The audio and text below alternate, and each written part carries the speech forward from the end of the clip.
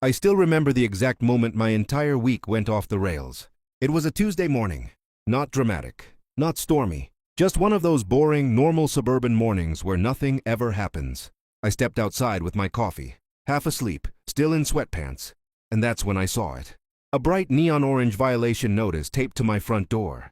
Not in my mailbox. Not emailed. Taped. Right at eye level. I stared at it for a second, genuinely confused, thinking maybe someone had put a flyer up by mistake. Then I read the words at the top. Homeowners Association notice. Immediate action required. My stomach dropped. I had lived in that house for 3 years. Paid my dues. Never missed a payment. Never caused problems. I pulled the paper off the door and started reading. Violation. NUR 4721. Infraction. Excessively tall grass. Non-compliance fee. 251. Correction. Deadline. 48 hours. I looked up from the paper and slowly scanned my lawn. It was normal. Not perfect. Not golf course trimmed. But definitely not tall. Maybe 4 inches at most. I actually laughed at first. Out loud. Because surely this had to be a mistake. Then I saw the name at the bottom. HOA Compliance Officer. Karen H. Whitmore. And instantly, everything made sense. Karen Whitmore. If you've ever lived in an HOA neighborhood, you already know the type. Mid-50s. Perfect blonde bob haircut. Always in designer athleisure. Always holding a clipboard or phone. Always just enforcing the rules. She lived 3 houses down from me. And she hated me. It started months earlier. I worked from home. My job was remote, flexible hours. Karen, she believed anyone not leaving for work at 8 a.m. was lazy or suspicious. She'd made comments before. Must be nice not having a real job. I ignored her. Then she complained about my trash cans. Said I left them out 2 hours too long after pickup. Then my mailbox color. Then the fact that I parked my truck slightly over the sidewalk line.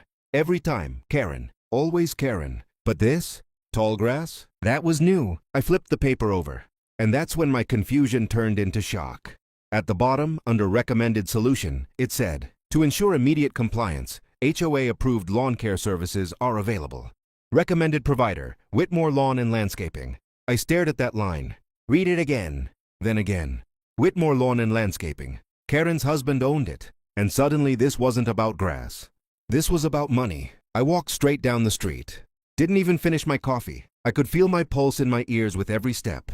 Karen was already outside. Of course she was. Standing in her driveway. Phone in hand. Sunglasses on. Smiling at absolutely nothing. I held the citation up. Hey Karen, care to explain this? She turned slowly. Removed her sunglasses like she was in a soap opera.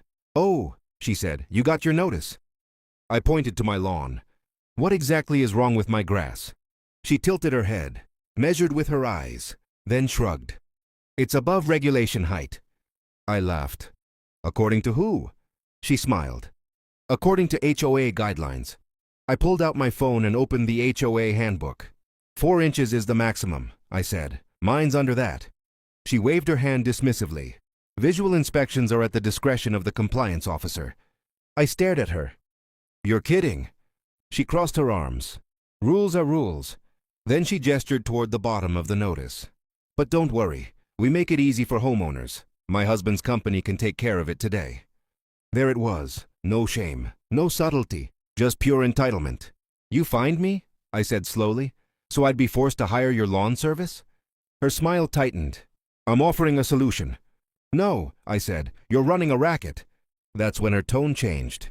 You have 48 hours, she snapped. Or the fine doubles. I clenched my jaw. This isn't over. She smiled again. Oh, honey, she said. It already is. She had no idea what she'd just started. I didn't mow my lawn. Instead, I did something else. I started digging. Public records, HOA financial disclosures, business registrations, and what I found made my jaw drop. Karen wasn't just recommending her husband's company. The HOA had an exclusive contract with Whitmore Lawn and Landscaping, which meant HOA citations drove business to her family. HOA funds paid her husband directly. Karen personally approved violations. That wasn't just unethical, that was illegal. Conflict of interest, self-dealing, abuse of authority. But it got worse. I found complaints, dozens of them. Other homeowners fined for uneven mulch, improper leaf color, holiday decorations left 1 day too long, and every single time, the same recommendation, Whitmore Lawn and Landscaping. Then I checked the business itself. And that's when I saw the opening. Whitmore Lawn and Landscaping was struggling. Bad reviews, late services, overcharging, and worst of all, they were behind on payments, equipment leases, truck loans, commercial mowers. One lender in particular had filed a notice of default, meaning the business was vulnerable, very vulnerable. And that's when the idea hit me. A crazy idea, a petty idea, a perfect idea. I contacted the lender, quietly, professionally. Turns out, you can buy debt. I bought it, every last dollar of it, which meant something incredible. I now controlled Whitmore Lawn and Landscaping's financial future. And Karen had no clue. 2 days later, she knocked on my door, clipboard in hand, smug as ever. "I'm here to follow up on your violation." I smiled. "Oh, I handled it." Her eyebrows raised. "You hired the service?" "Oh," I said, "much more than that." She laughed. "I'll see it on the report." "You'll see it," I said calmly, "soon."